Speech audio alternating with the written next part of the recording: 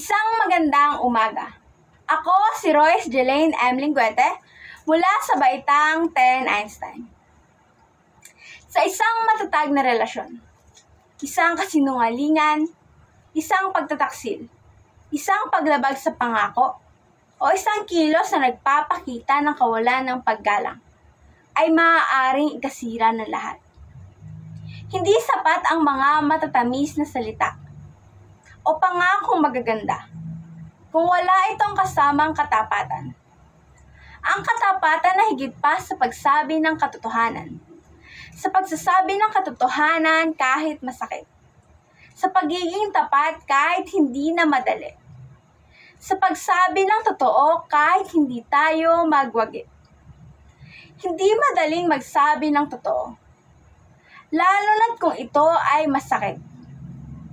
Ito ay para sa kapayapaan ng ating isipan, para sa pagsisising hindi natin mararamdaman. Hindi lahat ng masakit ay masama, at hindi lahat ng totoo ay dapat ikahiya.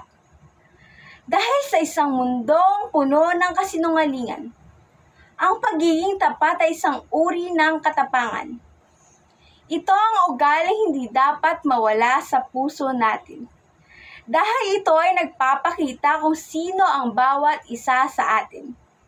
Sa isang komunidad, mas piliin natin ang pagiging totoo, pagiging tapat sa tungkulin, pagrespeto sa kapwa para sa matibay na pamayanan.